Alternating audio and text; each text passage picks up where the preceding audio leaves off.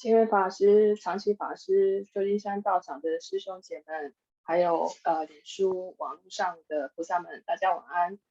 Good evening. It's a great pleasure to attend the second class of Vimalakirti Sutra by Venerable Chang. Before the class, let's proceed by following the etiquette first. Please join palms. Bow.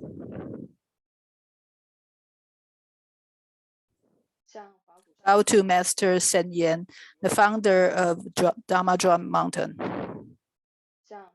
And bow to the Venerable. In the first class, Amitofo, it's again to see everybody online. Venerable Changqi, in his first class, he systematically introduced the origins, the importance and influence of Vimalakirti Sutra. The part that I personally found helpful is the ways to read and understand the sutras. For example, when reading the sutra, if we can first understand the sequence and origins, whether Dharma nature or appearances, as well as the main themes of the sutra, and then the context of each chapters and how the context corresponding to its main themes. If we do all that, if we know all that, that will be helpful for us to understand the sutra and also see the big pictures. The file shared by Venerable in the first class is very helpful for us to understand the themes and context and calculations of the sutra. I will upload it in the chat room for you, and you can also access it from Facebook.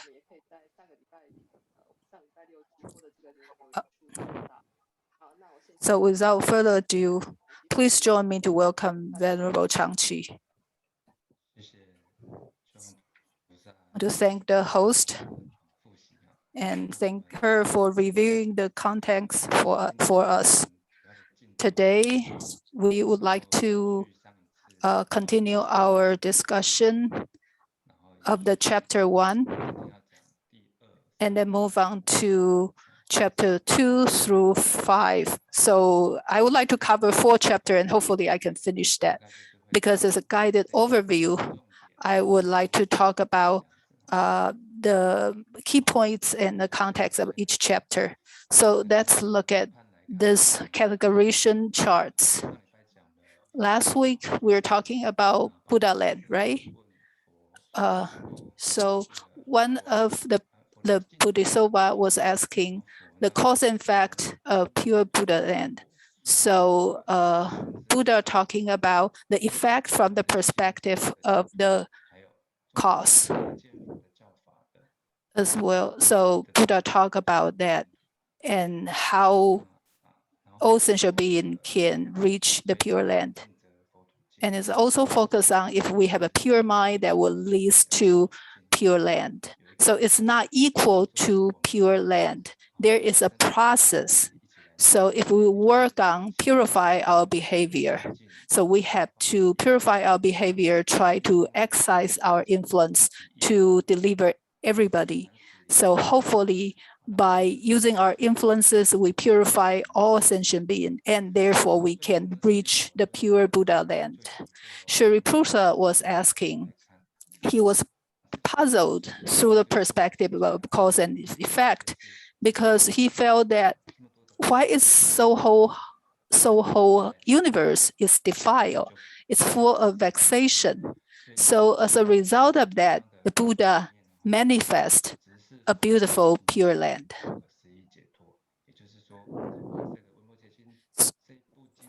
This sutra or characteristic of this sutra is not just demonstrate pure land through language.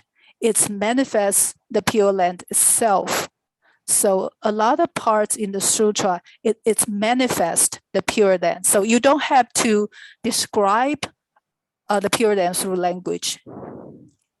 So the Buddha in Armor Park talking about, while Buddha was talking about Vimalakirti, was moving to the second chapter.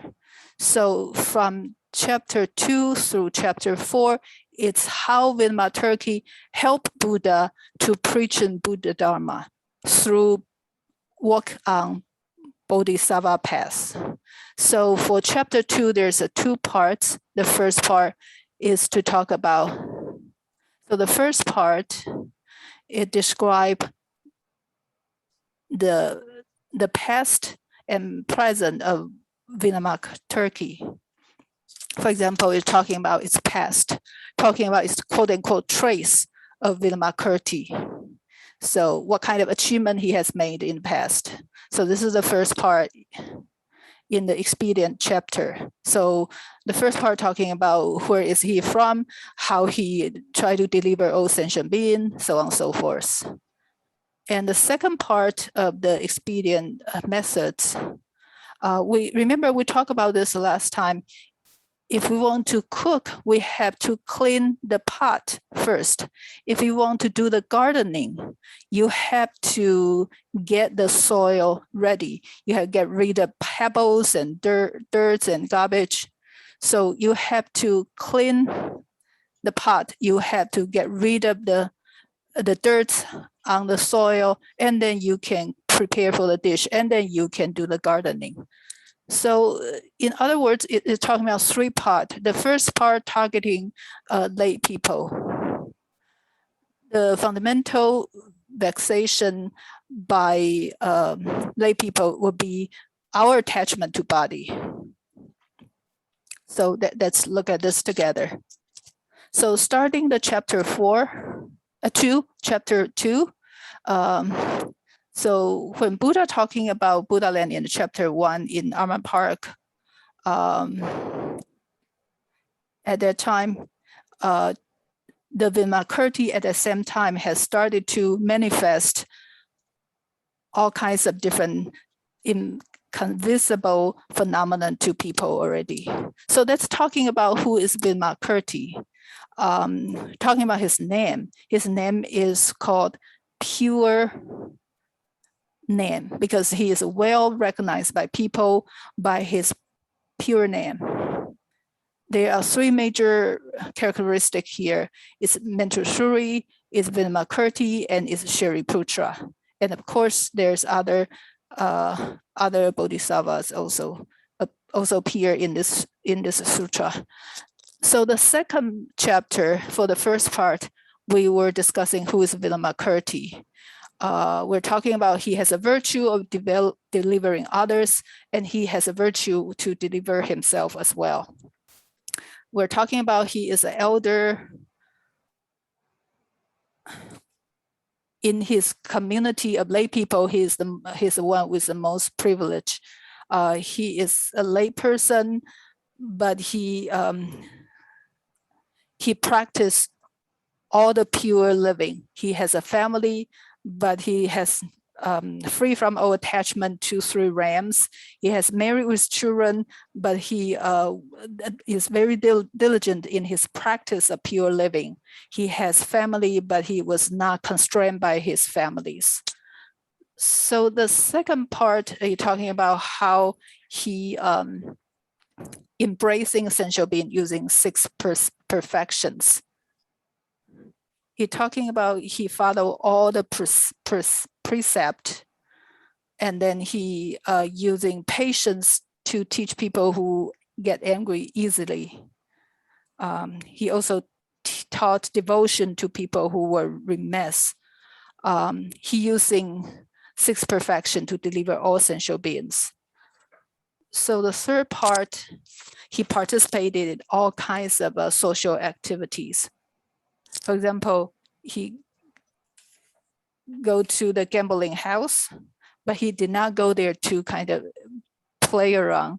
He go there to deliver other people. He is close to outer paths in order to deliver them. So they try to kind of teach them and hopefully channel them into the right path. He understands the worldly knowledge, but he is delighted, immersed in Buddha Dharma. Even he go to the brothel. He go there to deliver people there, to show, to reveal the sin of sex desire. So he go there to be alone with other people and then try to deliver people afterwards. So you have to do that. You have to be there, to be among with people, and then using expedient and suitable methods to teach people at the same time while he participating in all kinds of social activities. So where is his virtue of delivering others? He, according to the Sutra, his virtue coming from his own action. He understands the orientation of people's mind and understanding their level of understanding of the Sutra. You know, if you have to understand sentient beings in order to understand where their attachment is, and he himself has offered countless of Buddhas. So he is immersed in Buddha Dharma for a very, very long time. And so let's talk about this. Let's discuss. Have people saw those martial art fiction? Yes. In those martial art fiction, do you think it's to do, is it more important to cultivate your internal martial art or external, manifest external kind of different styles of martial art? Remember one of the characteristics in the famous fiction. So one of the person has learned the internal martial art, and then he has a profound learning on this, and then he has to do something in order to escape from a place he was held captive. And then because he has the internal martial art as a foundation, he can learn those external ways of martial art very fast. So the internal foundation is much more important than the external style.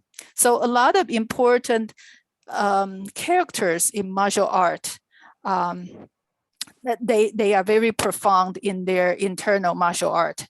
So again, that is very important, much more important than the external ways of fighting or competing. So as long as you have the internal power, you can defeat their enemy very easily. So I cannot remember, there's another person who is very good at fencing.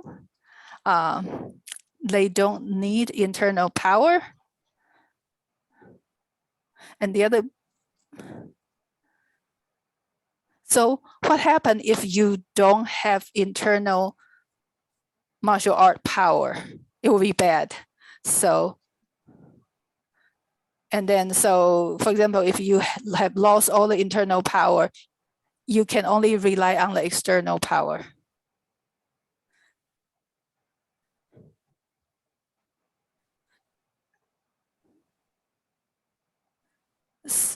But when you are in fighting, if people have stronger internal power, it will be easily defeated.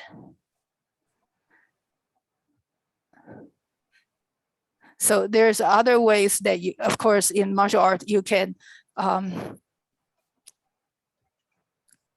cultivate your internal power by absorbing power from other people. You can do that. So back to Vimalakirti.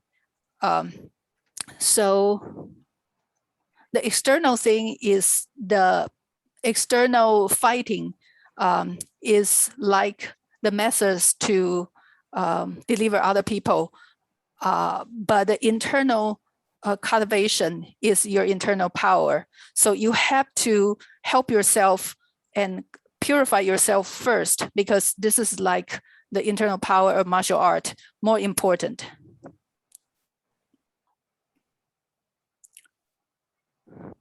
So this sutra, because it's about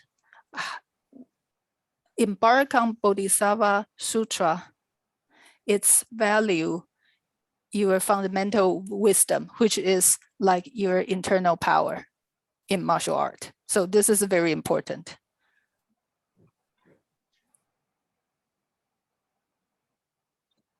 So if you have the internal power, your external manifestation of martial art will be simple. So this is the first part of expedient methods. So again, we come back to the title. Who is Vimalakirti? People say he is a returning Buddha. But in this sutra, it talks about he has been enlightened very long time ago. And then he was reborn in the defiled land of Sofa universe. So he is the one manifesting Bodhisattva. So you can see how he dealt with Sarvaka and Bodhisattva, and how he dealt with them and try to deliver them. At the same time, he manifests a lot of an inconceivable strategy. For example, in chapter 6, they're talking about how he borrowed a lot of torture from different Buddha land. He also talking about how he moved other universe, Buddha universe, to this Saha world. So this is the first part of Expedient chapter. So what is expedient methods anyway? Have people heard about convenient methods? Basically, it's talking about its foundation is wisdom. Its foundation is in compassion, but the expedience is the gate which allow people to enter. You have to see the true nature, which also needs this expedient methods. So self-delivery and delivery others all are depending on expedient methods. When we try to exercise expedient methods, the foundation is in your wisdom. So what is wisdom? So if we feel that we have to contribute to the society, we have to know what the society needs in order to help people, right? So we have to understand people first with our wisdom. I have seen some of the story online. There is a person who like to, for example, buy all kinds of living animal and then try to set them free. So this person set one turtle free in the ocean. And then he suddenly felt that this turtle is very intuitive. And then if you place this turtle in the river, the turtle will swim back. So this person felt that, wow, this turtle must know and have a sense of creativity.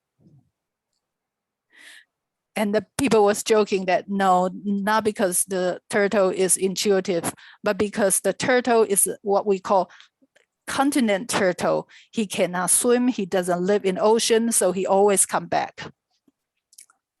So when we want to use expedient methods, it has to not only beneficial to self, but to others. Not only we have to exercise expedient methods, we have to use decisive wisdom. So we have to need all that, all those. So there are two kinds of expedient methods in this sutra. Vimalakirti talking about or manifest two expedient methods. So the first is the expedient methods of converting. So this is what I said earlier. You have to get your pot, or you have to get your land ready for cooking. You understand where the attachment of people, and then you try to get rid of that in order to manifest the Pure Land. The second one is the expedient of receiving. So you can teach people, through language, you can teach people through embodiment. So you're not hit people or scolding them. You try to convince, you try to comfort people so that they understand the Buddha teachings. So see, we're talking about two dimensions of Bodhisattva. There's a phase of fierce Buddha. If you want to deliver angry person or people who was not so kind, probably you have to use the angry face. Or you can also using a more kind of compassionate face to deliver people.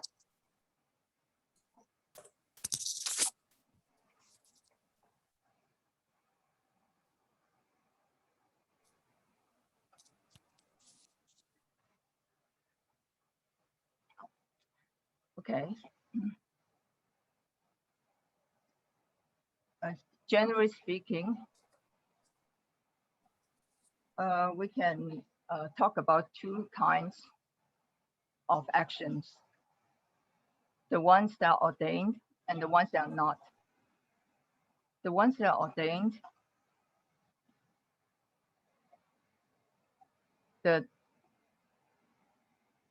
there's no difference between the ones that are ordained and the ones that are not, in terms of what they want to, how they want to deliver others. But the ones that are ordained, they have to serve as examples. And the ones that are lay persons, they will have to learn a more skillful method to kind of teach others to follow the Buddha path.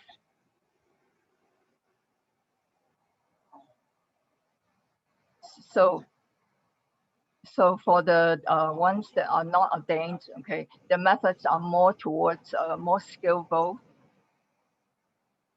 And later on, we'll talk about that.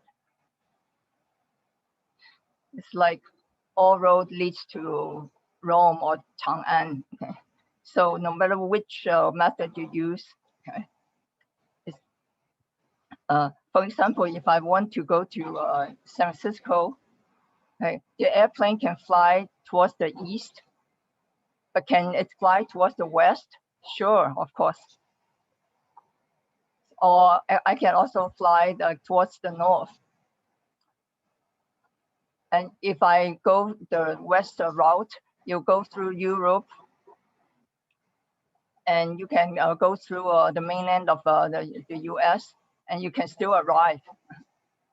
So the key point is you want to help the living beings to get rid of all these stirring thoughts. So the major structure of the chapter 2, I have mentioned before. So Vimalakirti manifests an illness, okay? And his objects to liberate are the lay people. It's because we have this body that is real. And people would think that this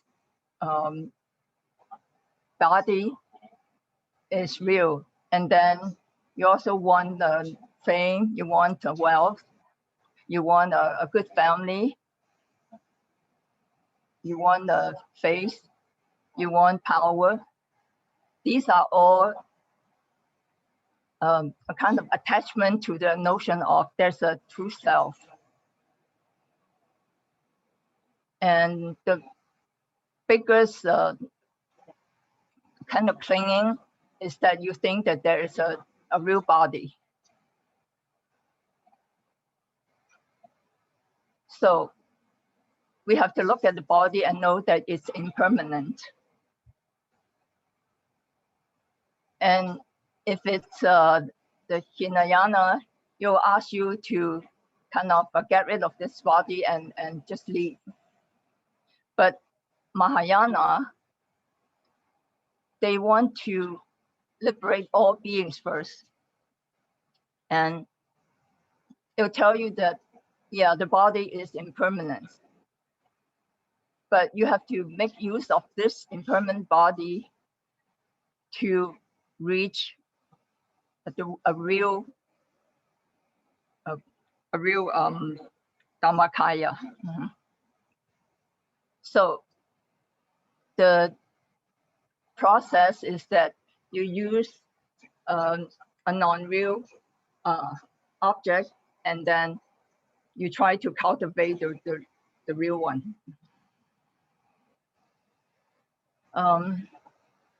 This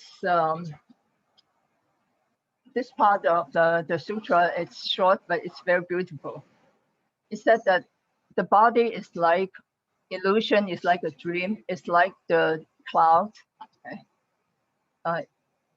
Your body looks like it's strong, but then it's like a tree that looks very strong, but inside is hollow. And we thought that we have an independent body, but it's only like a shadow because it only formed by the convergence of elements of cause and condition. So this body is filled with kind of phony kind of essence. And we cannot escape death or getting old and getting weak.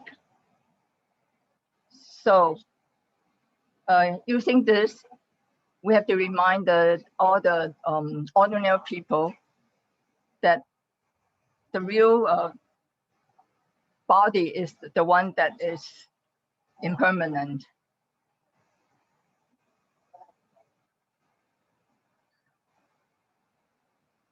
But it's not like he wants you to change this impermanent body into something real. And it's actually, he wants to cultivate the true nature using this conditioned phenomena. And so we can use this corporal body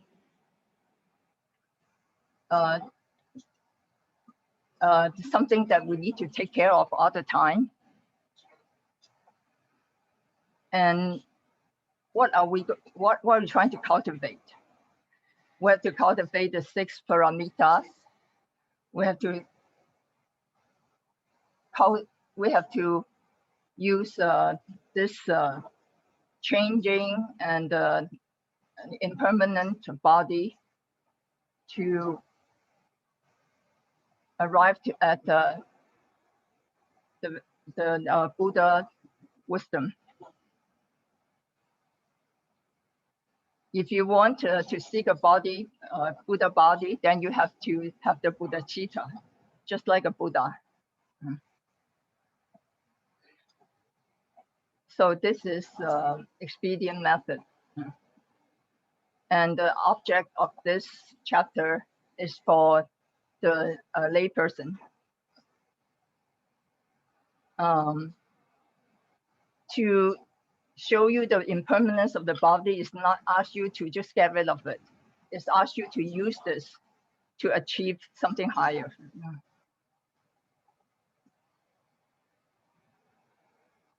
Okay, and then now we go on to the chapter 3, the disciples.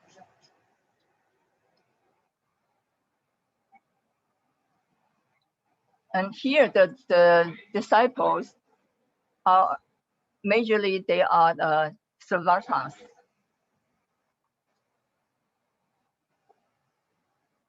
And there are different kinds of disciples, okay? We are all disciples, but some are laymen and some are Savakas. And here we're talking about those Savakas. The first four are the four great disciples. We have Sariputta, we have Vimalakirti, we have Marcus, and we have Subjugate. And then we have the three great Tripitaka. And we have a Puna that is good at preaching. We have Katyayana, who's good at expounding the Dharma. And then we have the four relatives, okay? We have Rohala, and then Ananda and Upali, they are all related to the Buddha.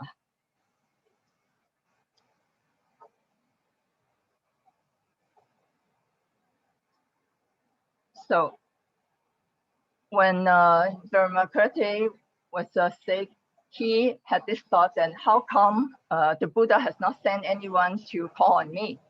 So the Buddha tried to send his disciples to visit him. And then all of them refused to go because in the past something happened between them.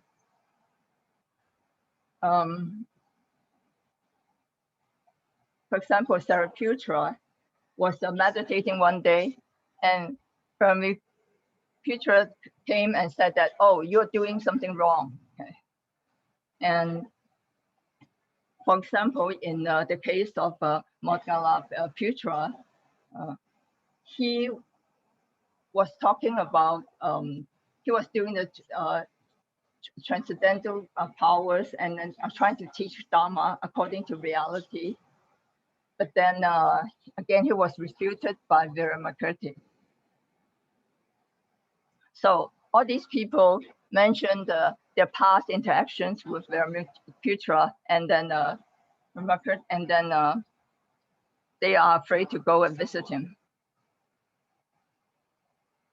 So the most important attachment in terms of Hinayana is that they have a kind of notion of duality. That is, either you are in this world or you're out of this world. So they think that the vexations and the meditations, okay, they are like two duality. Okay.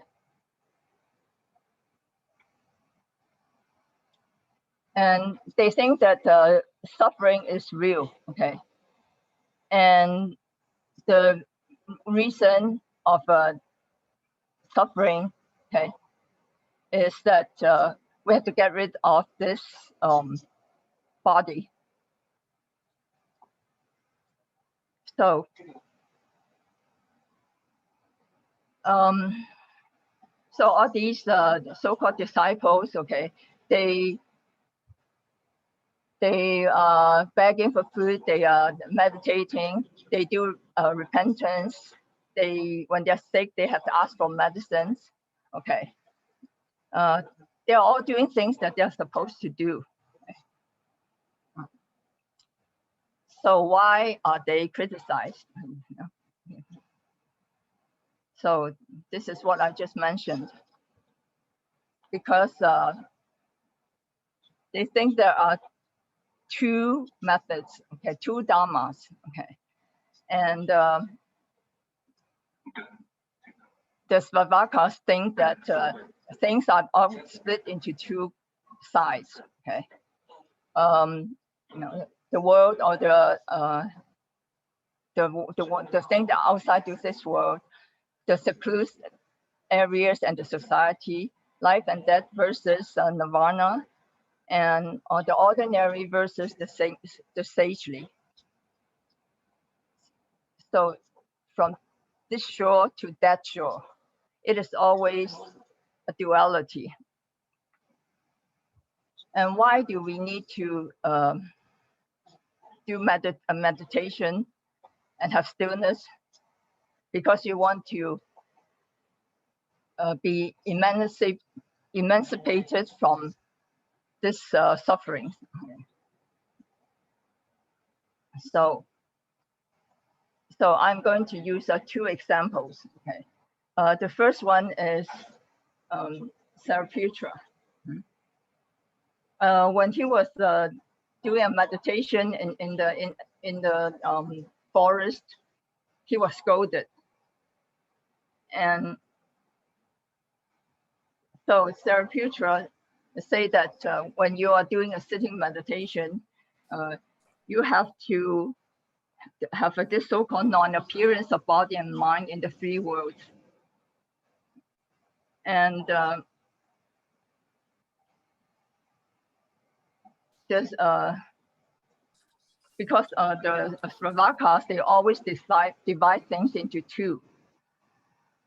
So they think that your mind, okay, should not should not attach to anything, but then you are also not locking out yourself.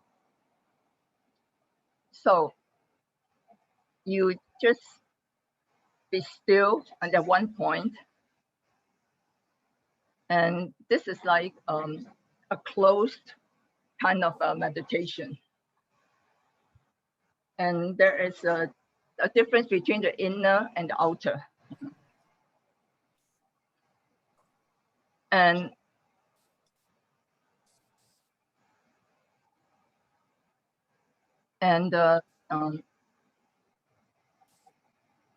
so when you're sitting in the meditation, okay, you are sitting there and not moving.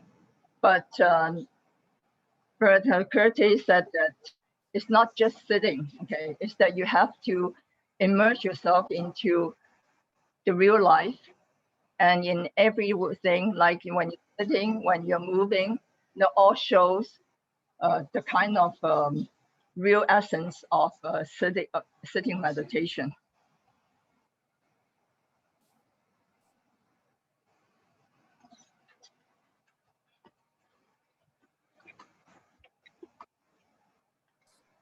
So yes, indeed. So you have to success, and then you have to keep still.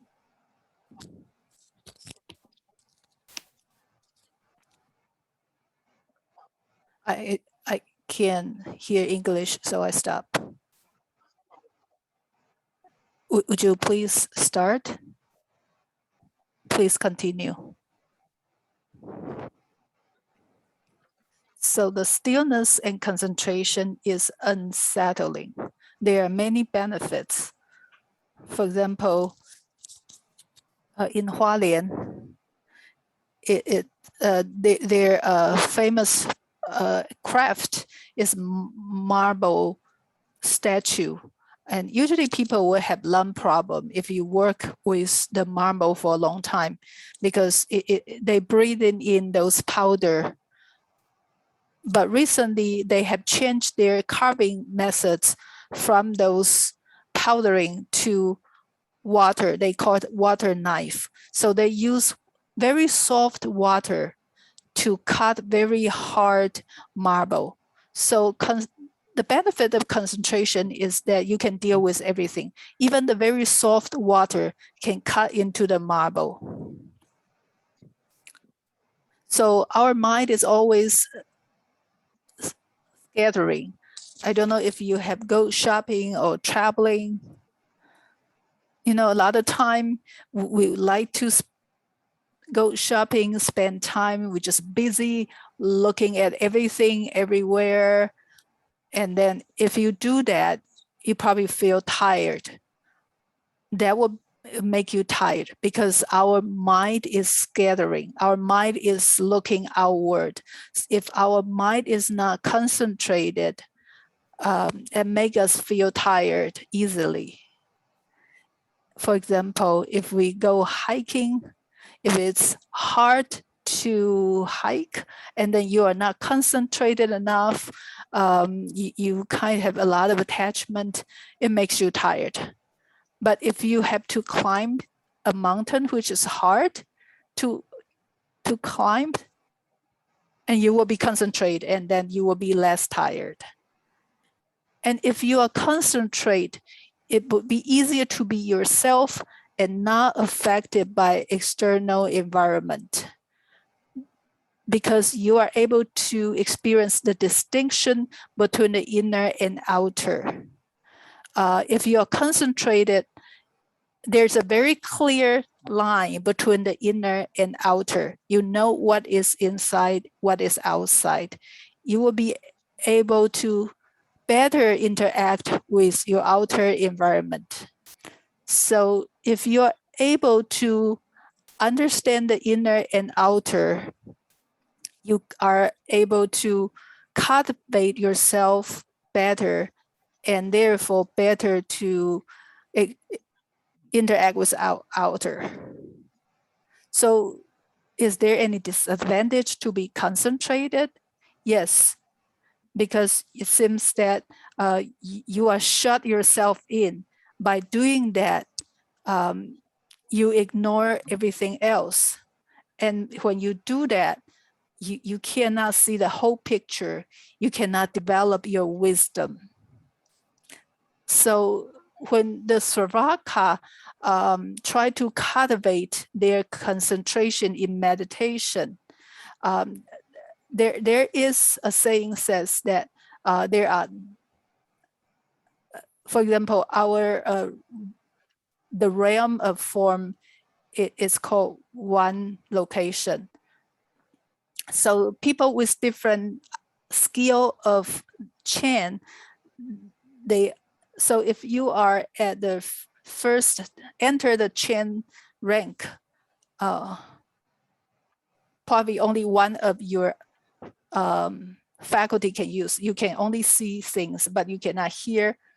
And at an even higher level, you probably cannot experience your body, you cannot experience environment. So it's very kind of shut in. You cannot feel the holistic movement of your body. In other words, you are separated from the outers.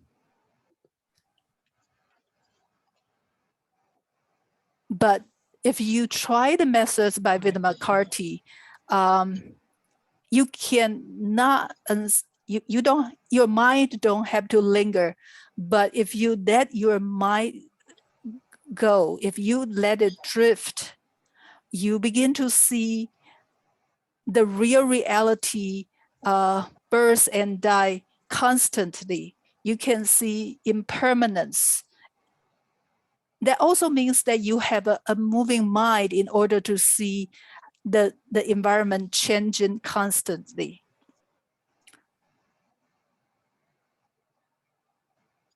But if you want to keep a moving situation for longer, then you probably cannot see things clearly. Even you have a moving mind that can completely reflect the reality.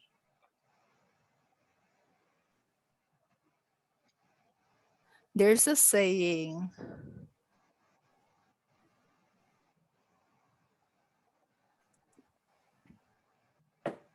so that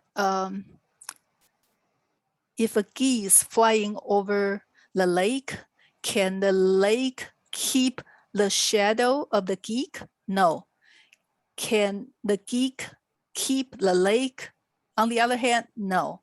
If both are stable, if both are unmoving, they can reflect on each other completely and clearly. So if it comes clearly. When it goes clearly as well. That's what I meant by let it drift. that is go, let it go. That is what I meant by a moving mind. So it never stay. It let the reality come and go instead of interrupting it or try to fight against it. A lot of time we try to control or try to be in command of the reality, and that is because our moving mind. So is it possible that we using our moving mind to observe the big picture? I don't want to hold anything. I don't want to push something away. I just let everything drift away and let it go. And this is the type of meditation Vimalakirti talk about in the Sutra. This is like Mo Zhao Chen. So Mo means that it's not complete cessation. It means it let it go, let it go. You give it up, let it go. And the more you can let it go, it's clearly you are.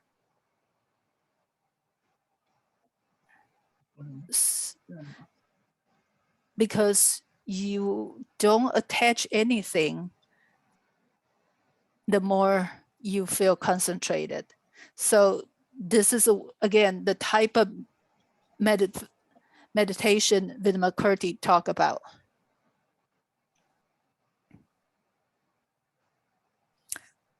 So Vimalakirti suggests that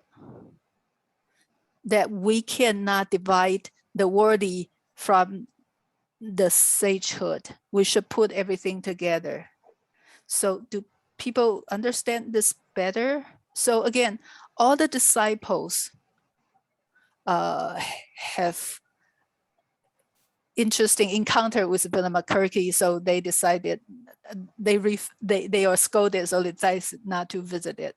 But it's really hard that when we say that it go, our mind go with the thoughts. We cannot move as suggested is by Vimalakirti, or we can try the Prajnaparamita Sutra. They said that if you want to walk on Bodhisattva path, why do you have to meditate in remote areas? So this is also another Mahayana Sutra.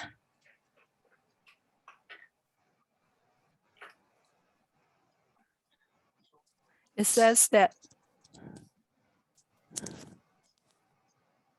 the business of a Bodhisattva is to deliver all sentient beings.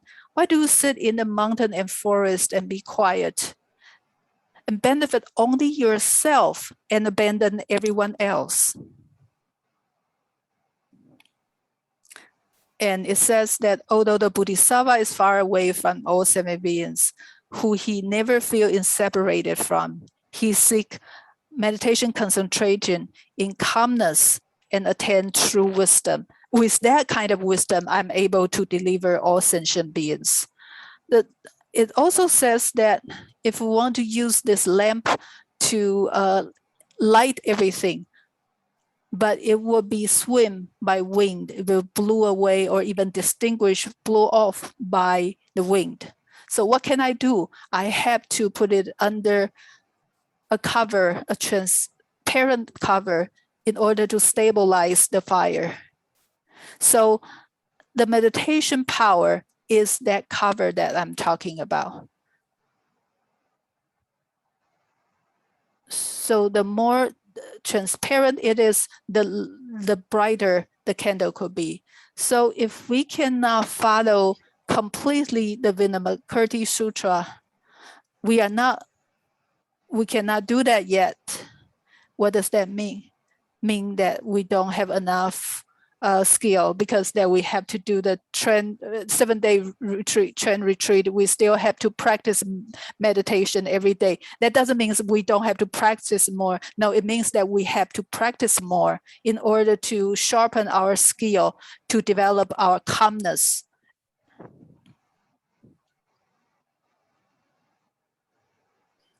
So in other words, we cannot negate any of the methods. We have to see our individual situation to determine what will be the best for us. So let's see the second example. Well, the time, it seems that we don't have enough time. Let me skip this. This is the second example. Rahura was talking about the merits of being ordained. He tell a lot of people that there's a lot of benefits, a lot of merits of being ordained. Vimalakirti appear and saying that, how can you talking about that there's a lot of merits coming from being ordained? You shouldn't say that. So he was scolded. So when we're talking about, so how can you talking about that there is advantage and benefits? So advantage means that after you make efforts, you own or achieve something or realize something. It's something that you get. It's really a phenomenon rendered by convergence or cause and condition. But since it's the result of cause and condition, it's not real. It's a conditioned phenomenon. It is not true existing. And then, but if we try to transcend the worldly, we want to transcend worldly, you are not supposed to talk about the merits because those are not real. So when you're talking about transcend, you're supposed to talk about transcend of all the cause and effects. You have to talk about, so when you're talking about being ordained, so you're talking about to leave those secular sufferings. You're also talking about transcend all those advantage or being ordained. So you're talking about leave cause and condition simultaneous. You have to leave the bad for the good. So it's duality again. So you are seeking something. So this is against the nature of transcendence. So in our DDM, there's an old way of fishing. At night, they have they will have fire in their boat, and then since the fish has a tendency to seek light, so and they were easily captured by the fishermen. You know, usually we saw that light is something that you would like to seek. It's promising, but if we attach to the light, that means it seems that we behave like the fish. We swim toward the fire and unfortunately was captured as a result of that. So when we say transcendence, we not only to transcend the darkness, we have to dispel our craving for light. We have to transcend from both sides. So when I said that, when I transcend the worldly, you know that all our transcendence is like dreamlike and illusory. So for example, if you want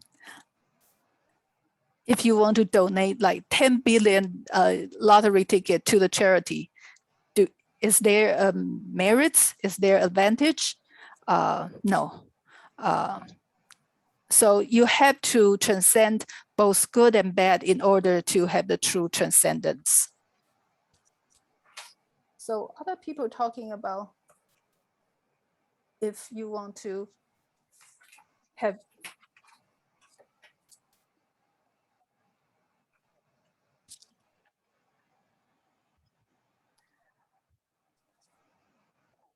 Okay.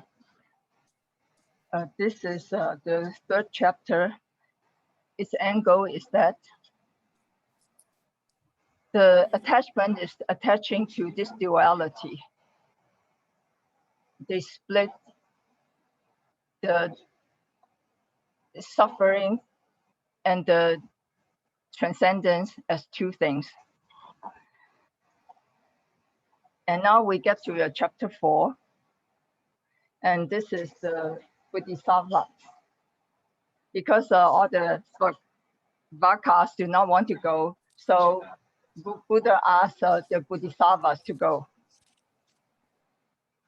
The Buddha asked Maitreya, asked Jagatanhara, and then Siddhartha to go, and they all refused to go. Okay, let's have a 5-minute break.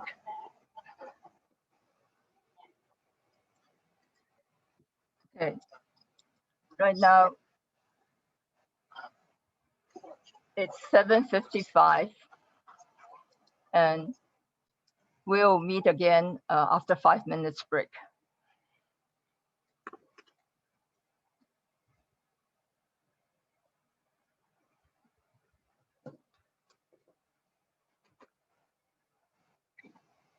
Can we start? Thank you.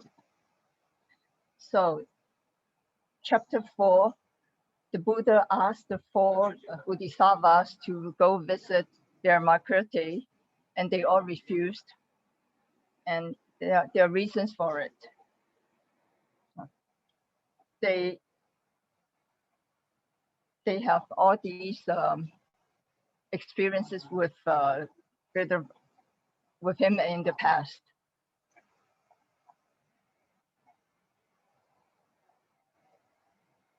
Vimalakirti went to Maitreya Bodhisattva and debate with him.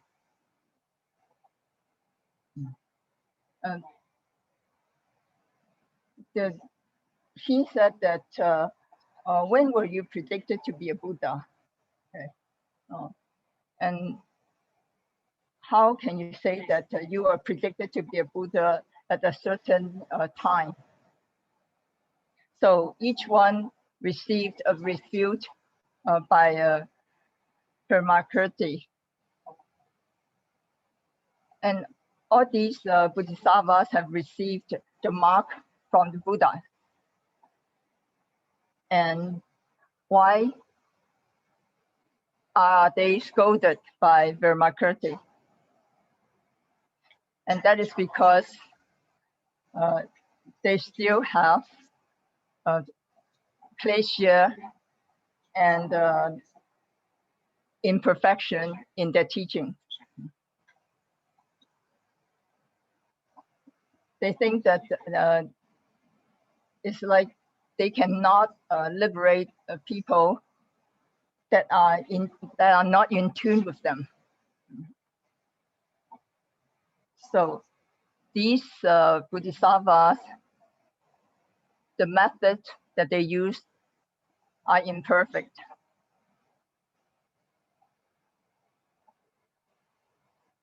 So when on the path to become a Buddha, they have all these vexations. For instance, Jagatanhara Bodhisattva, he also wants to benefit all living beings.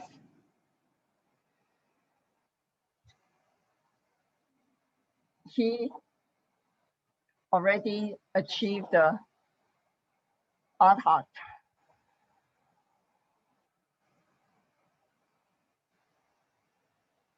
But even if you have realized, if you don't act on it, okay, it would become empty. So he likes to he likes the serenity. So he always do meditations among the mountains. And because it is not perfect, so a demon king will have this chance to come and challenge him. And this demon king showed himself as a diva and asked the Bodhisattva to preach to them. And he could not see through that he was actually a demon. So he started preaching to this so-called diva.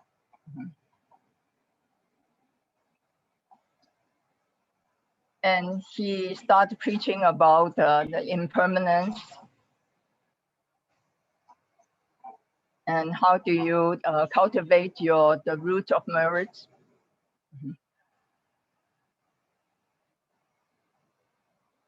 And then that means that you have to give up to give up something. And this demon king, okay, say, okay, I will learn from you, okay, and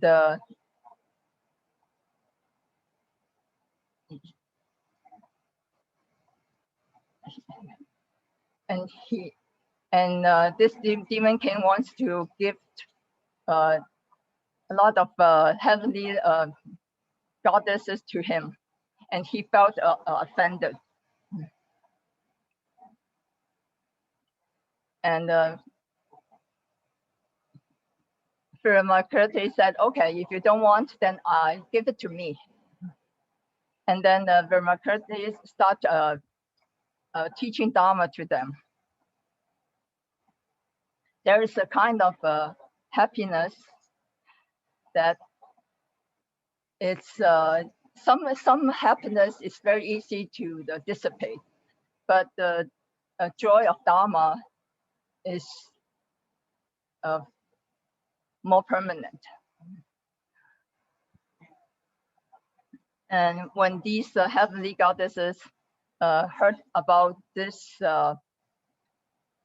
joy of Dharma, they do not want to return to the demon king. And then they talk about the endless lantern gate.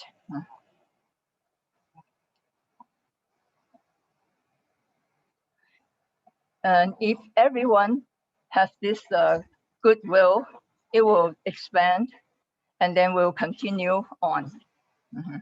So it's not like 1 + 1 is 2. Yeah, when you light your own light, it will start spreading.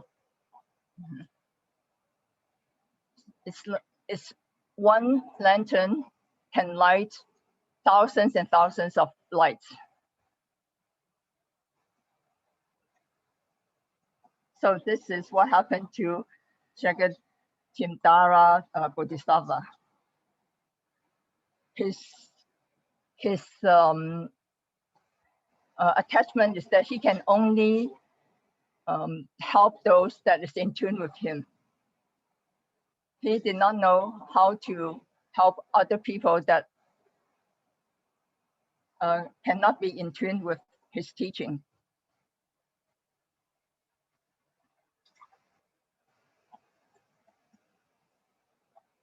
And here,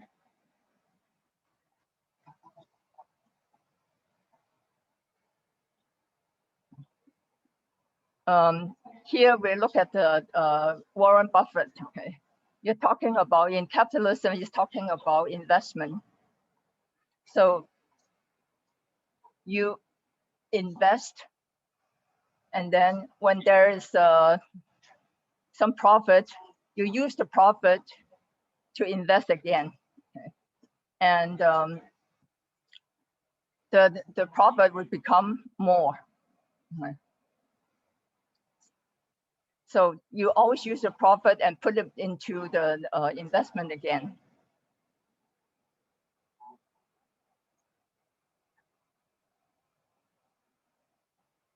And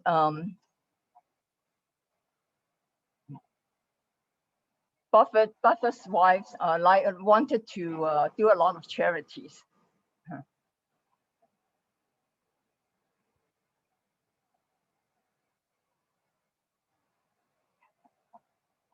And because of his wife, Warren Buffett also invest into charities.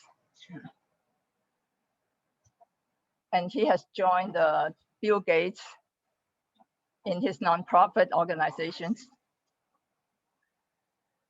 Love is a very strange thing. You cannot control it. And when you are willing to give, then you will receive more. But if you want to hold on to something, then you will lose it.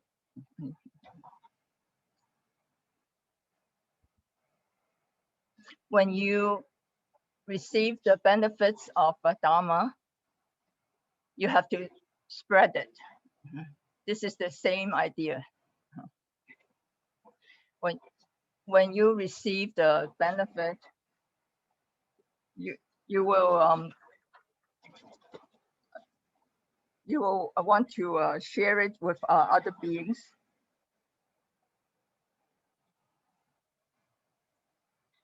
And if you transfer all these merits to others, you'll receive more.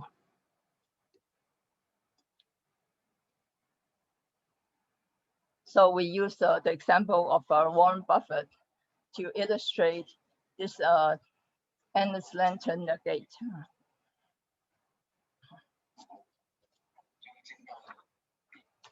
Now we move on to chapter 5.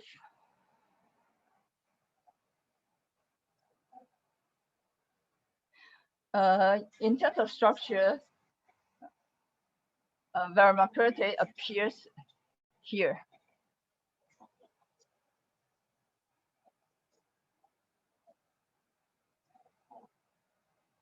And so Manjushri said that, okay, Vimalakirti is really a very respectable person, and I'm willing to go visit him.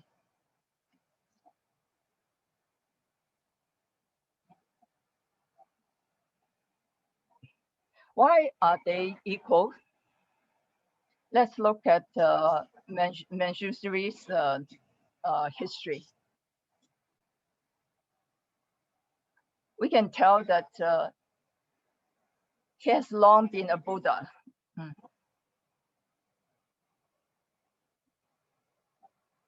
In one of the 88 Buddhas, it was actually the path of Manjushri. He now is dwelt in the northern world.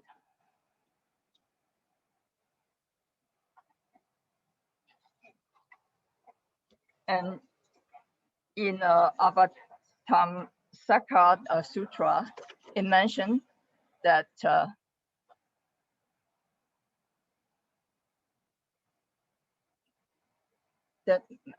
Manjushri's world,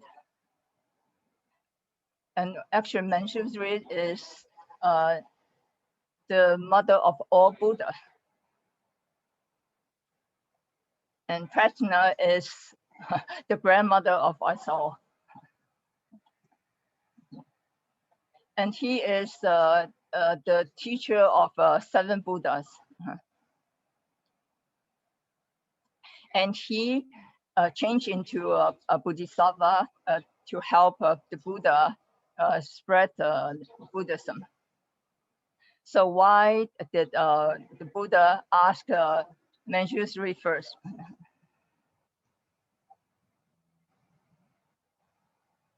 Well, if he asked him first, then the others would not show up and tell their story. So then we won't be able to learn from all these other Sravakas and other disciples.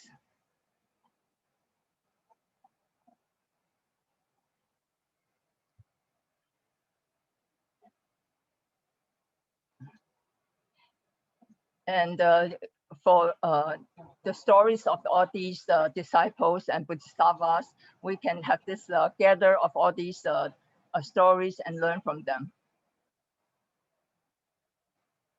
And we talked about even a flower is very beautiful. We need the green leaf to make it stand out.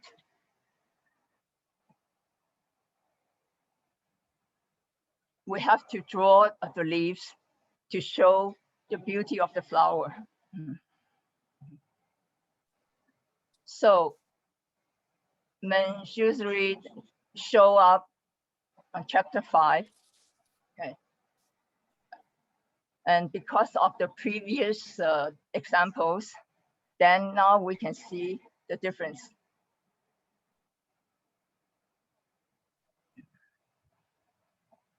And please don't look down upon the previous characters, okay? They serve a purpose.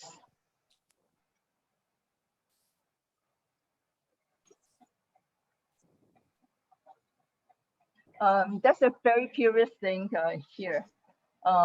Usually when you have a visitor, you will prepare a lot of things like some snacks, okay, and you clean up. But Vimalakirti, he emptied out his whole room, and there's nothing but a bed, and he lies on this bed and looks sick. So people are curious.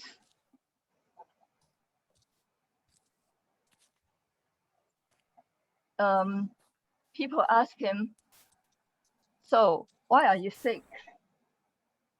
Usually when we visit a person, we'll ask things like that. So, and his answer is, because the living beings have all these ignorance, therefore I'm sick. When all living beings are cured, then I am cured. And then there are a lot of questions and answers about the essence of sickness. It asks about what is the essence of a sickness. And Manjushri asked 2 questions.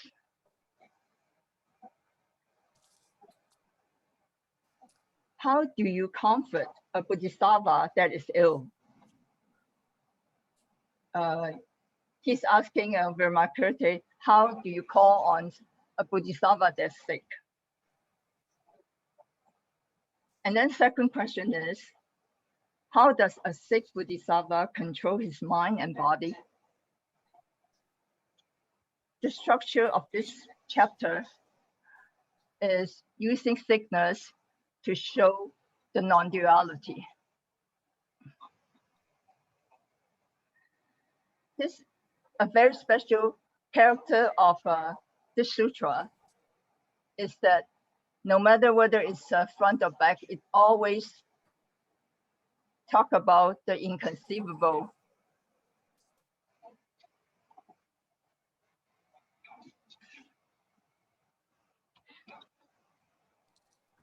You know how big his so room many people is?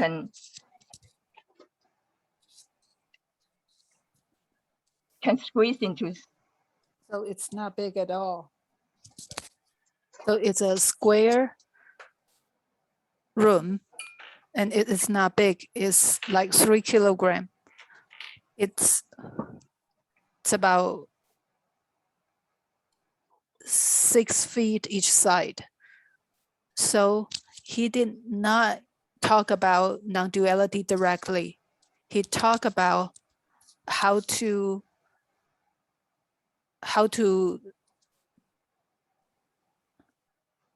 consult people, and using that as an example to talk about Bodhisattva path. So he used illness as an opportunity to explain how to embark on Bodhisattva path. He talked about the reason of his illness, why do you want to empty the room, and what's the manifestation of your illness, and how do I consult people who are ill? How do Bodhisattva control his own body and mind? So first of all, he was inquiring about his illness. So he says that, so Montessori asked, why are you sick? And he says that my sickness comes from ignorance and thirst for existence. Because of the ignorance of all sentient beings, they are sick, therefore I'm sick. So the cause of his illness is his great compassion. Because he has great compassion for all sentient beings, therefore he is sick. So why is great compassion problematic? Why is great compassion an illness? Well, he says that because he really cares about people. If people are sick, he cares about people, therefore he is sick too. So great compassion and the differences between great compassion and love compassion. We will talk about the difference later.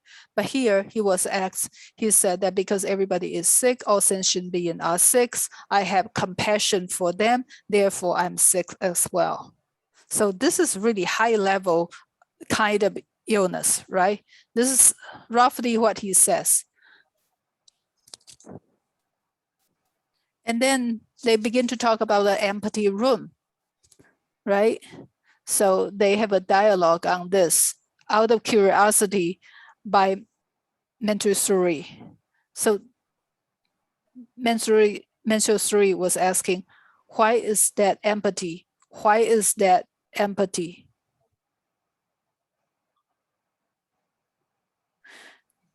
He said that I use empathy to be void. He said I use the wisdom. Wisdom means the wisdom of empty wisdom. So I use empty wisdom to observe the external room. So he was asking, how do you represent the empty room? He said that I use my empty wisdom to represent the empty room. So after he asked that, Manjusri was asking, why should be emptiness be void? He said, well, the room or your wisdom are both empty. The substance is empty itself. Why do you still have to reveal empty? So if you do that, you say you use my empty wisdom to observe the external empty, external empty. Isn't that a subject and object? So you have subjectivity to observe the external objects. You say, no, that's not subject and object. That there's no distinction between subject and object. I don't want people to misunderstand the distinction. But both are empty, therefore it's non-dual. You cannot make distinction here. Therefore, I want to represent that both are non-dual and both are emptiness. So Manjusri asking again, so if there is empty that cannot be distinguished, is there empty that could be discriminated? They, as a Chan master, they want to know if you see the nature of emptiness. They say if you are not enlightened, you will be misguided and then you cannot respond it. But if you understand no duality, you will not be misguided. So he was kind of have a trap here, and he was saying that if there is an emptiness that is no discrimination, can emptiness be discriminated? So Vimalakirti says that, discrimination itself is also empty. And why did he say that? He said that the emptiness is empty itself, in its own self. So there's no differentiation between subjectivity and object. So his question also tried to clarify our misunderstanding in that when we talk about emptiness, we always cite it with emptiness, purity. We said that, oh, the flowers is fading, so it's empty. But before it's fading, it's also empty as well. So your vexation, it could be empty too in its nature. So both are empty. So discrimination or non-discrimination are both empty. So the dialogue itself try to kind of get a lot of person in the trap, try to test Vimalakirti. So after they talk about empty, Menteshuri asks again, how could we seek this emptiness? Where is the source of emptiness? And he said that it should be seek that between the 6 conviction. So as I say earlier, the 64th conviction is also empty. So it's transcend both right and false conviction. So why did he say the pure emptiness coming from the 62 false conviction? It doesn't mean that it give the conviction give the emptiness. It says that it only says that when A exists, B exists as well. If there's a woman, there are women in the world, there won't be any men. Well, let me think. You know, men and women are in contrast to each other.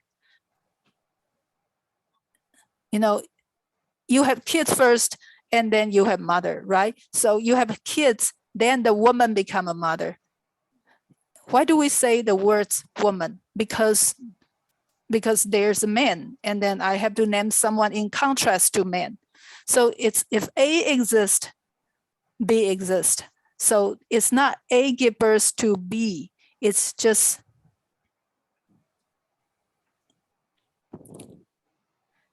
so in Buddha Dharma, because of the origins of conditions, the 2 elements complementing each other. So within the 62 false conviction, you can find emptiness. So there's a dialogue. So where can you seek the 62 false conviction? And he said you can seek this convictions within the liberation of all Buddhas. And how do you seek the liberation of all Buddha? You can find this in the mental activities of all beings, all living beings.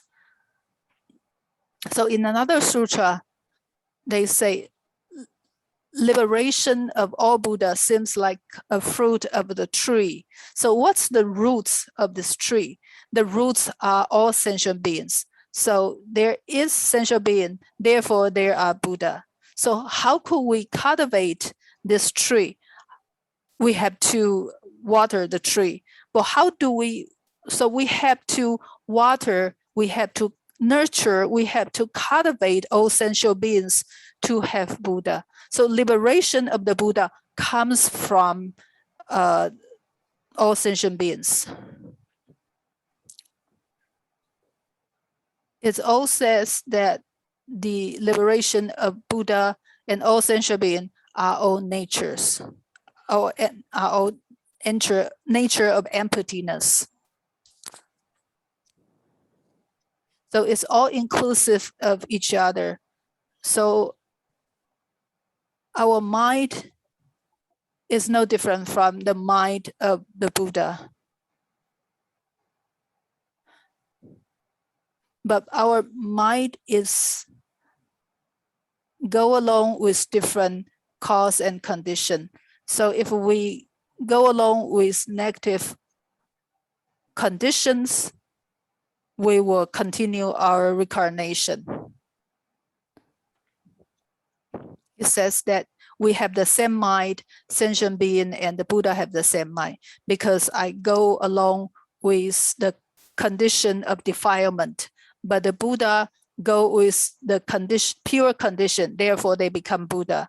So our mind can go with the purity, it can go along with the defilement. It will be your decision to decide which way you would like to go.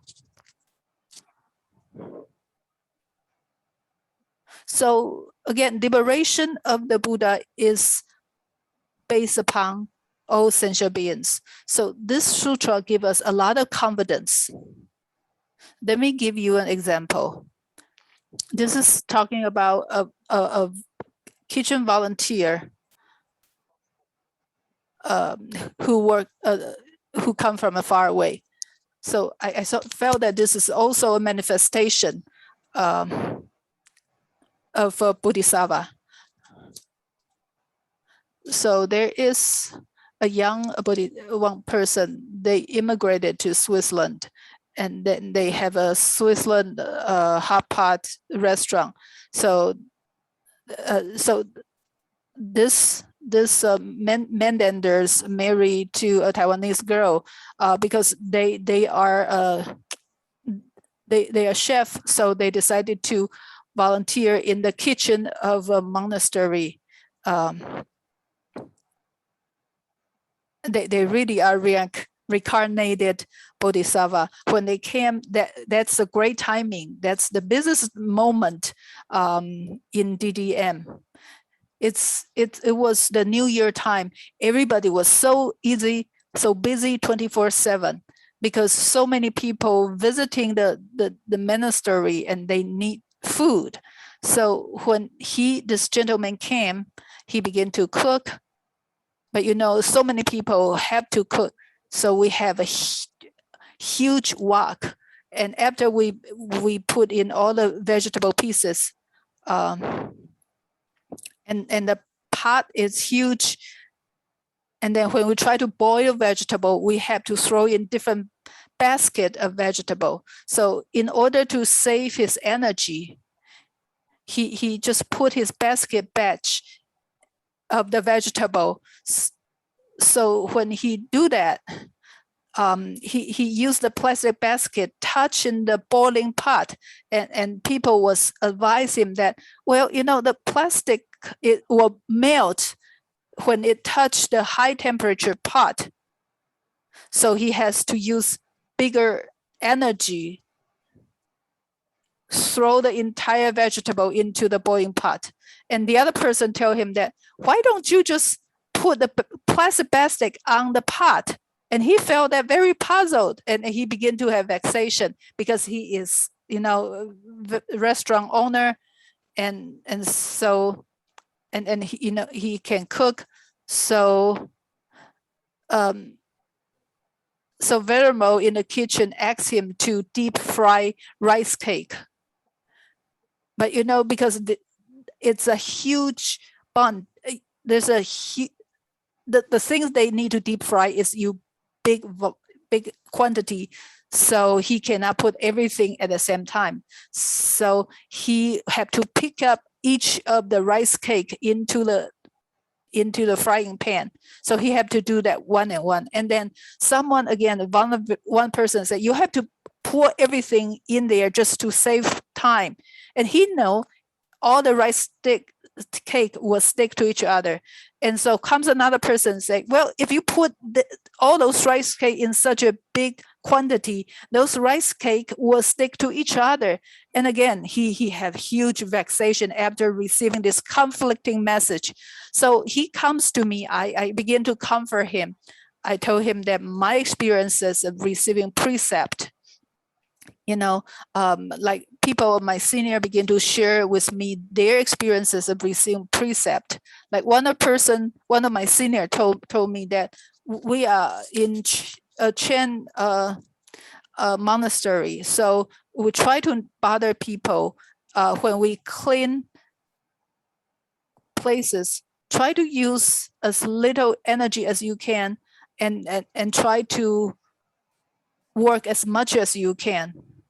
But if you go to the regular monastery, they have like three bucket water when you clean things. So the first is pure water, the second would be detergent, and the third bucket would be the pure water again. So again, so we will clean it.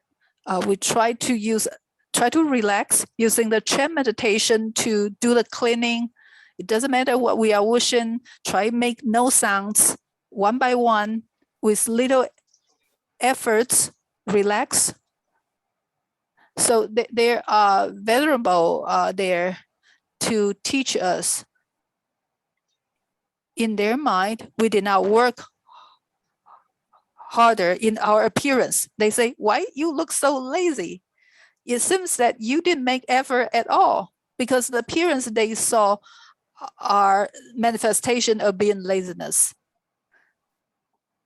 So the venerable change their behavior right away, because they try to avoid vexation for these venerable. So they're making a lot of noises now. It seems they're making another sounds.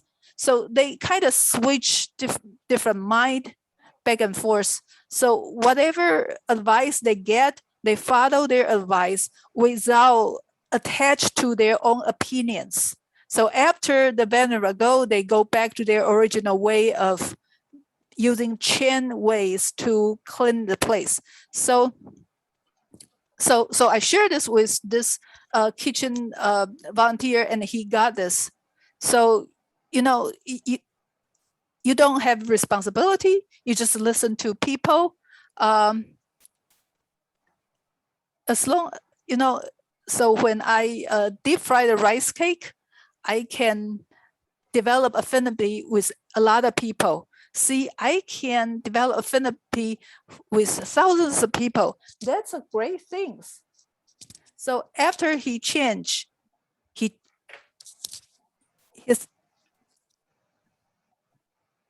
So this mind, we can change it.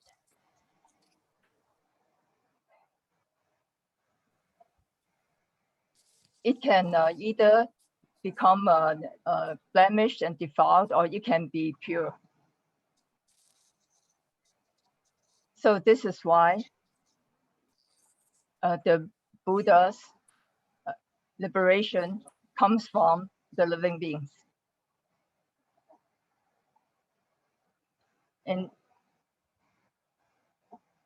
in this world, there's no difference between the sagely and the ordinary.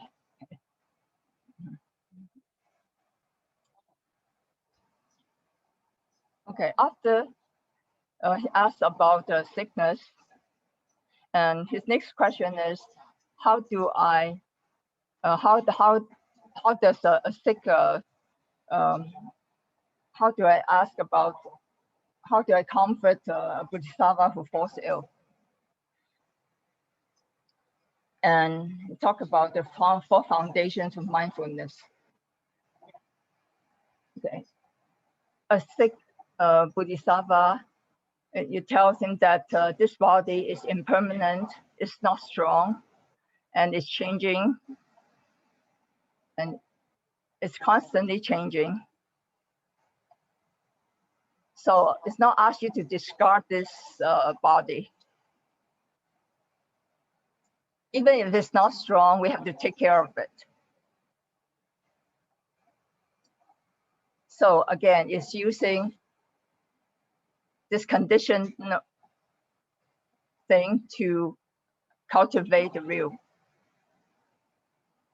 And this body has a lot of sufferings, yet you do not want to crave for nirvana. And this is what a Mahayana Bodhisattva should be like. Yeah, you do want to have this duality. Because the body is a convergence of the elements. You know that it is not true, but you still need this body to teach the living beings.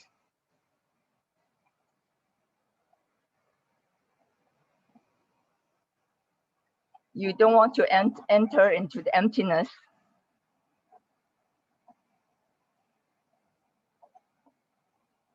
And this body that really has no essence, you can use it to teach others.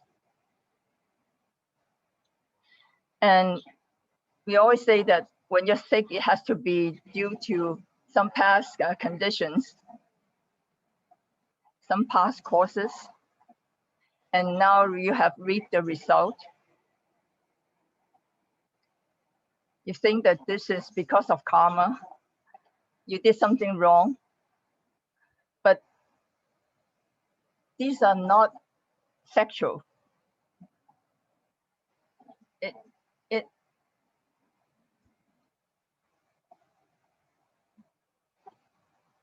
Repentance, a real repentance is like a rear view mirror in a car. You look at the back through the mirror, but you go ahead, go forward. So you need to repent about your past sins, but you don't dwell on that. You have to go forward. And this is the method of repentance for Mahayana. So this is the way to call on a sick Bodhisattva. Okay, the next one is a little more complicated. So how do Bodhisattvas who are ill try to control and subjugate their minds? And this question is like, if I am sick and I already have the bodhicitta, so you may get worse, not only because your body, but also your mind. So how do these Bodhisattvas who already have the bodhicitta subjugate their mind when they're sick? So then we can talk about into two parts.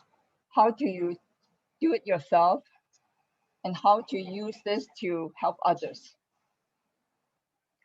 So you use emptiness to subdue yourself. Okay? You empty yourself, Dharma and emptiness.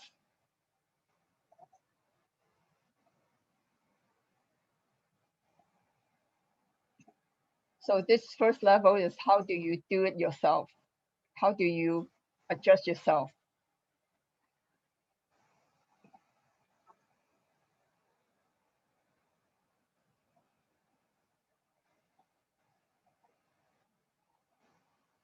So first you use emptiness to subdue your own self, and then you use compassion to liberate. When you know that all the self are empty, since this self is formed by the convergence of all the elements, it's not the body that's sick. It's a phenomena that arise. So you use the Dharma, the emptiness of the Dharma, to help subjugate yourself. And you should not be attached to yourself or the Dharma. But then you also have to empty the emptiness. So this is the first way to use emptiness to self-subjugate. And the second is you use compassion to help others. When you see others sick and ill, you feel the compassion for them. So you need expedient wisdom and then have a fundamental wisdom to do this. And then you show the proper path of Bodhisattva. And that's the 32 practices of the Bodhisattva conduct.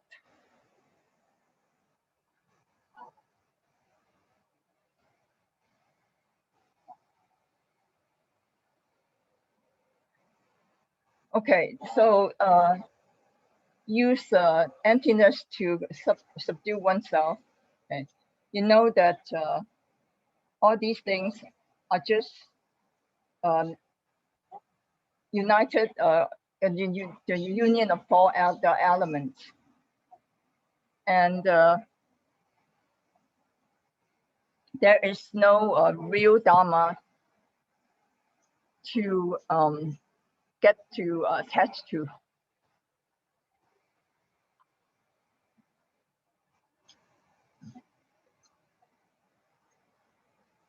And even when you think that there's a Dharma, then this is also an inversion.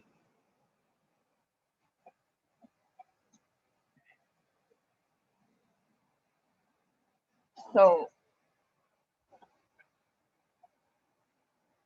the subject and the object both are formed by the cause and condition. So this self and nirvana, they are all empty. Okay. So a sick Bodhisattva should free himself from this bandhana, okay, when experiencing the sensation. Okay.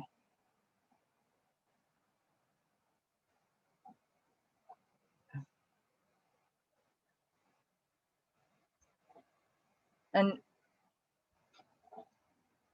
have you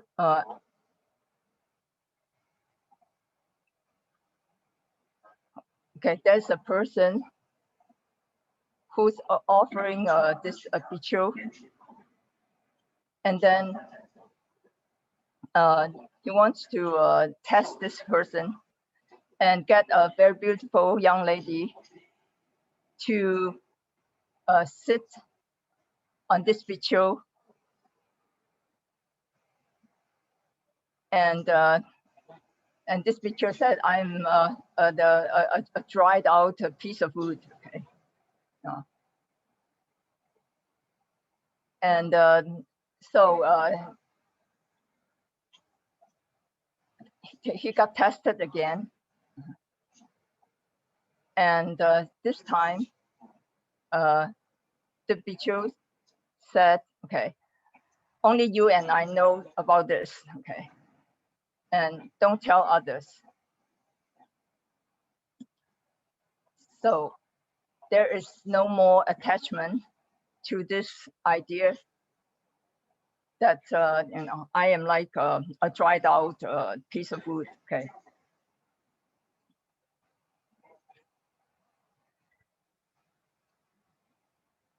And I also need to be compassionate about use compassion to feel that the living beings are all suffering.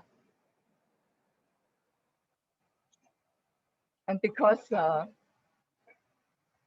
clinging is the one that caused the illness. And how do you cut off this wanting? Okay, and that is go back to non-duality.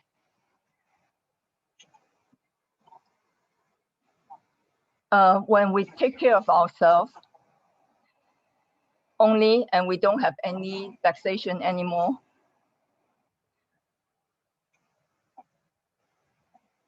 we are usually just getting the Hinayana.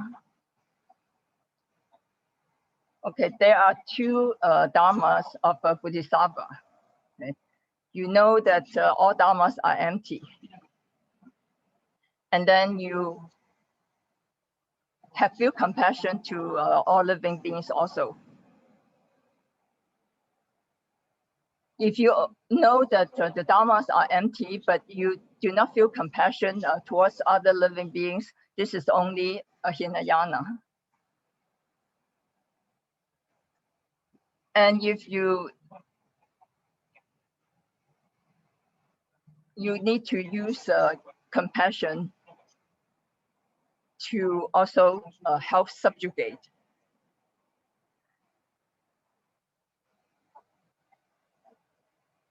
You need to have this compassion, and then you will make you have less vexation.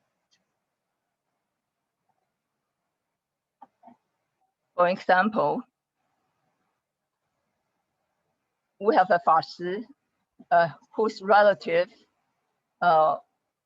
was ill because he was elderly, and then he has to go into the intensive care.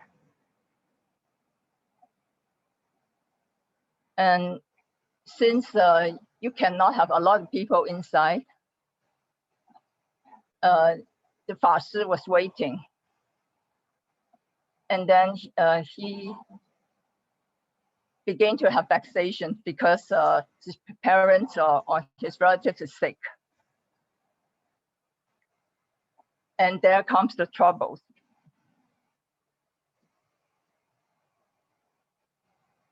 And then he saw there's a middle-aged person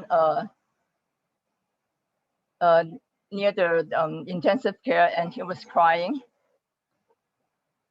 So the Fashi went to this weeping person and said, do you have any belief? He's trying to comfort him.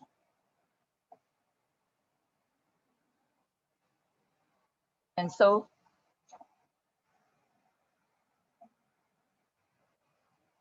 he did not use Buddhism immediately and asked him that, do you have any belief? And the person answered, I believe in Matu.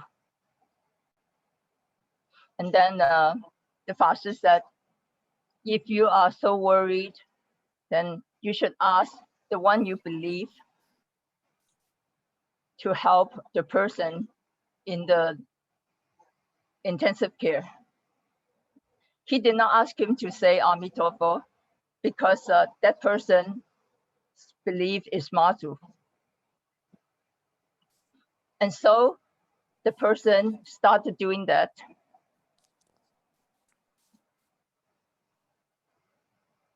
And this Fashi, originally he was also like feeling troubled, but through this action of helping others, he also felt more calm. So there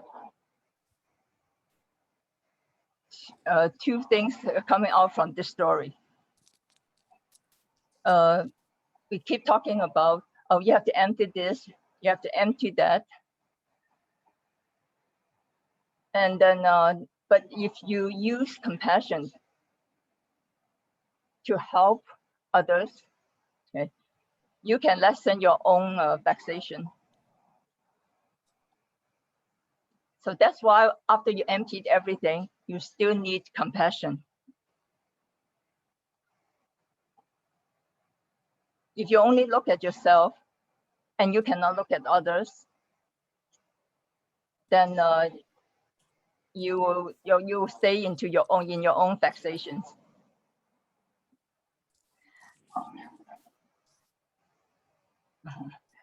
I also found that it's very easy to say Macho Popo.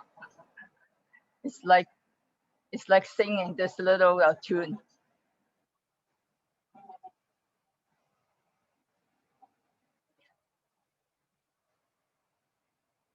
I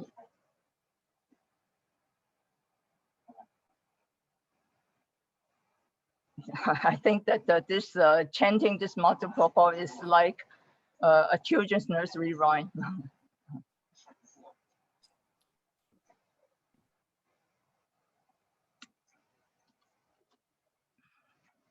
Okay, so next week, we're talking about the wisdom and expedience. Thank you, everybody.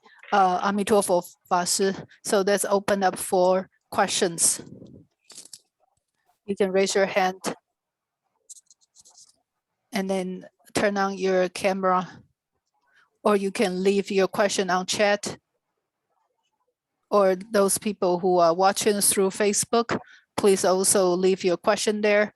We'll make sure that we share the question with everybody.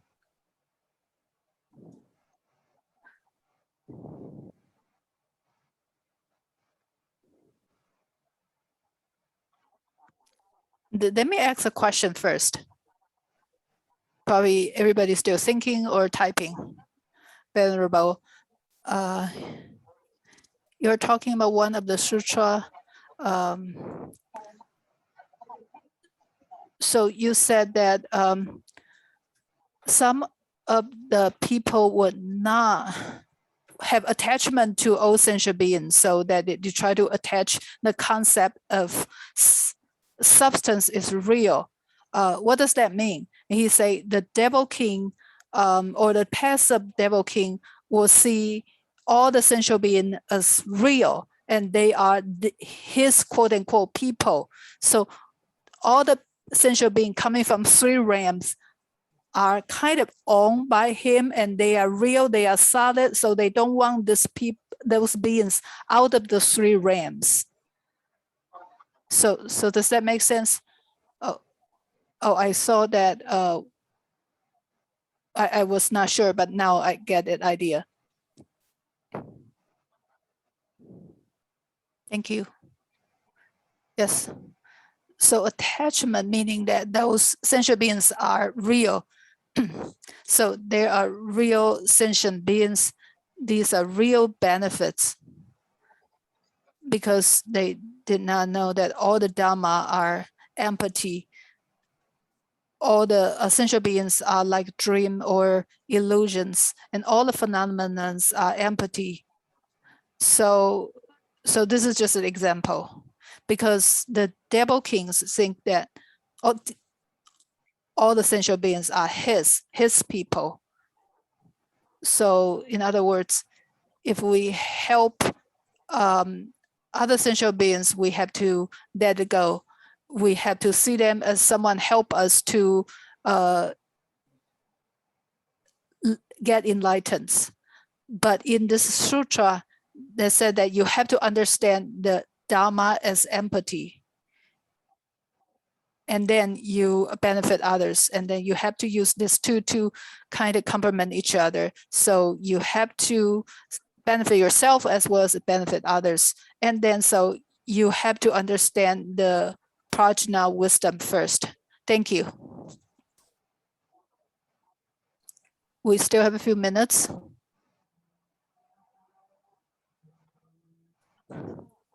So we have a question here.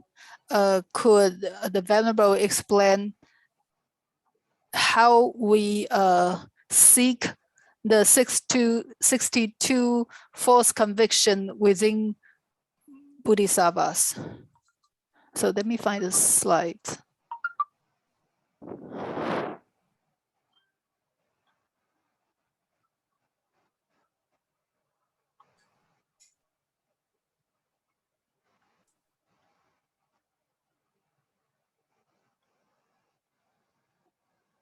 So the 62 false conviction means that in the time of the Buddha, they kind of combine all the different false conviction by outer path. So these are the false way to see the real reality. For example, they are like they are looking at duality. For example, they looking at things. So is that what you are asking? They are 62. They are a lot. So basically, these are the fourth way to see things. These are the 40 ways to see reality. For example, they are like sighted way to see reality, like marginalized ways to see the reality. There are also other false convictions.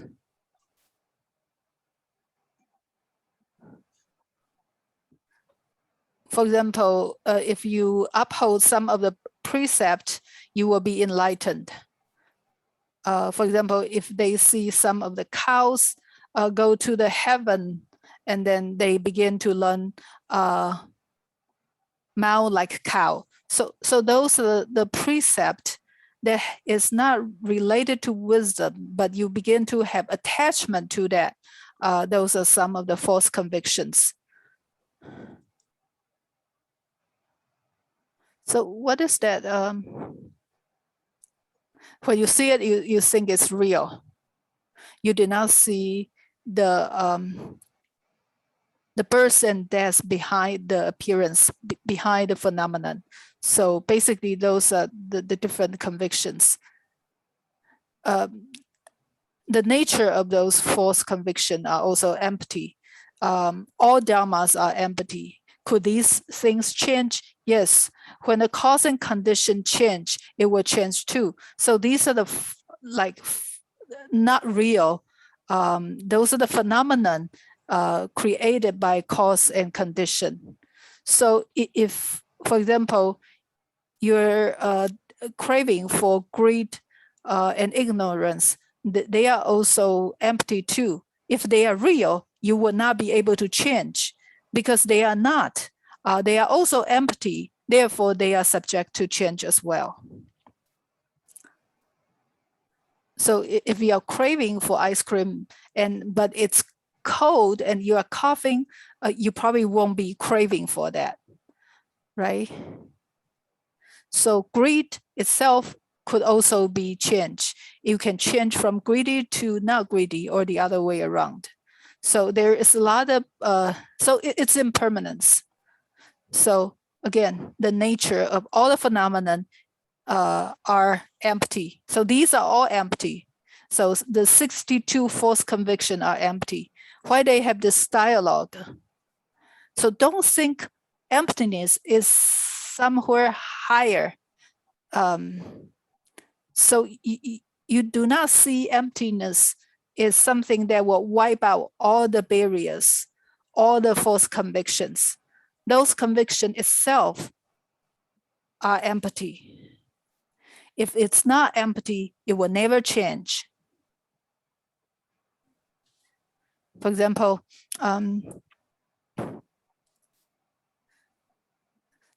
so flower was red last year, and your hair started to become white this year. So they want to emphasize one thing, which is when you see those flowers, you don't wait until they are faded to know that it's empty. When it's in full bloom, it's empty as well. When you are angry, when you are utmost angry, you know it's empty itself. When you see a lot of vexation, a lot of pollution, they are empty as well. So a lot of prior venerables using the most dirty things to describe the emptiness of Buddha. For example, they will say the dog shit is Buddha, but they are not scouted the Buddha. They're just saying that because dog shit is also empty, which is related to the empty nature of Buddha. So now I was not talking about the nature and the phenomenon.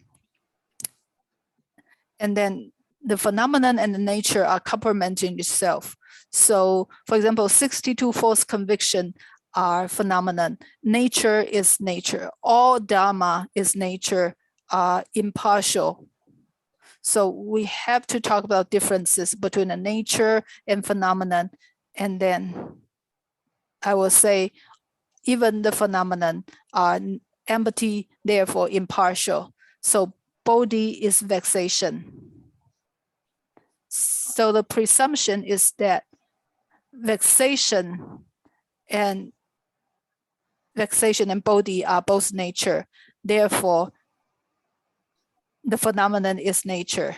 So we are using the nature of the emptiness to manifest the phenomenon. So they can, again, complementing themselves. So the nature and phenomenon can help review each other. So this is what Venerable Guoxing says, that the wave and the ocean. So one is the nature, one is the phenomenon. Is that okay? So I probably cannot tell you what these 62 vexation are in detail. I did not learn that much either. Thank you. I think this is, we have to think about this. Like, it seems that we seem to understand that, but we have to really think about this. It reminds me of all the things with empty nature. So we have to see this from appearance, and then knowing that it has a lot to do with nature. And then it has, again, related to non-duality, which we all have to think this. There's one more question. How do you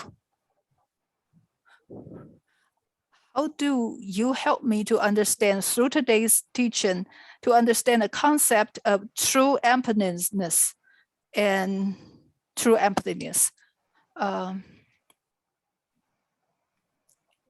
There's a saying, prajna.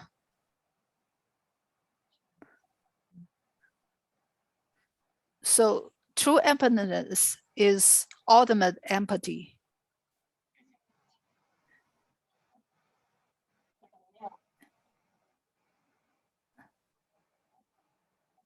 So to have something or to attach something is try to adorn the Buddha land in order to have all kinds of strategy to deliver sentient beings.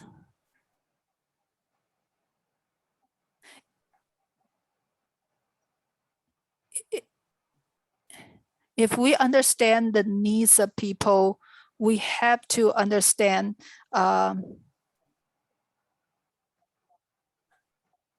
if we know there's a expedient means which is based on the true emptiness, then we can deliver all sentient beings. We will understand why is there inconceivable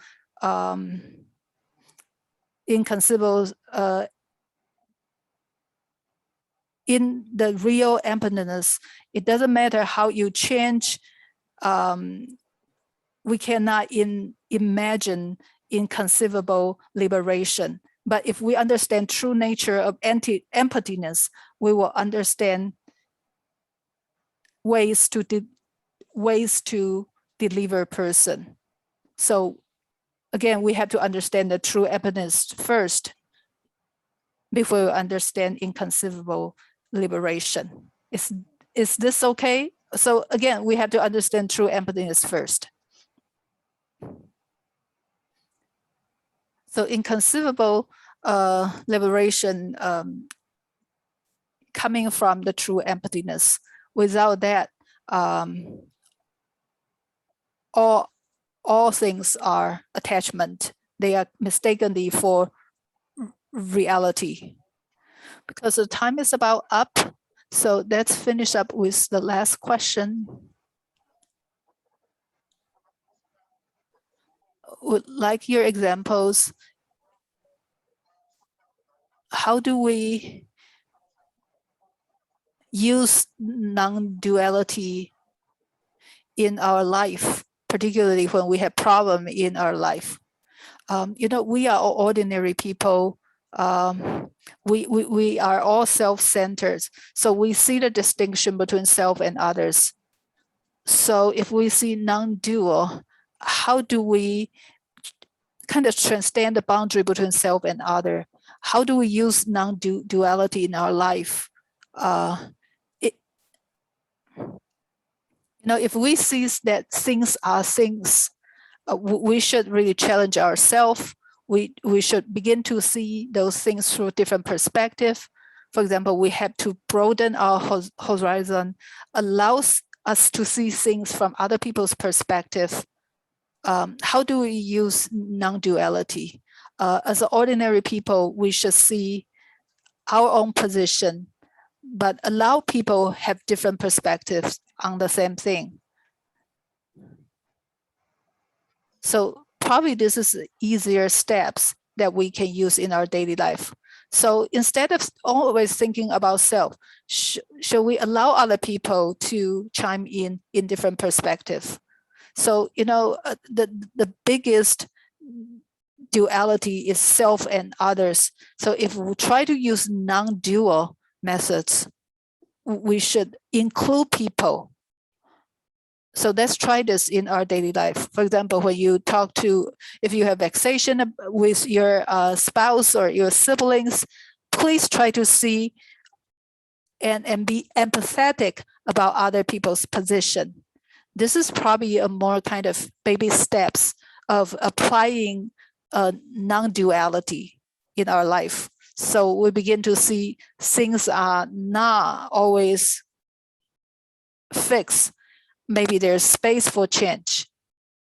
So when we allow ourselves to change, we'll begin to develop wisdom. So they're probably like that. Thanks, Fa Si. I think the sisters have the question that's shared by all of us. In the past, you probably have touched on these same points already. So self, others position, how can we transcend this position to have the third position in addition to my, yours, so create some sort of more open points. So let's stop here and conclude our talk today. Next week, we will have class this Saturday, 7 to 9 West Pacific time, and East Coast time will be starting at 10 p.m. but Taiwan time will be 10 a.m. So that's follow the etiquette to conclude today's talk. Please join palm, bow to Master Shen Yan, and bow to the venerables. Thank you. Thank you, Venerable Amitofo. I will see everybody on Saturday. Well, I will see everybody on Sunday. Oh, yes. Yes, Sunday on Taiwan time. Thank you, Venerable.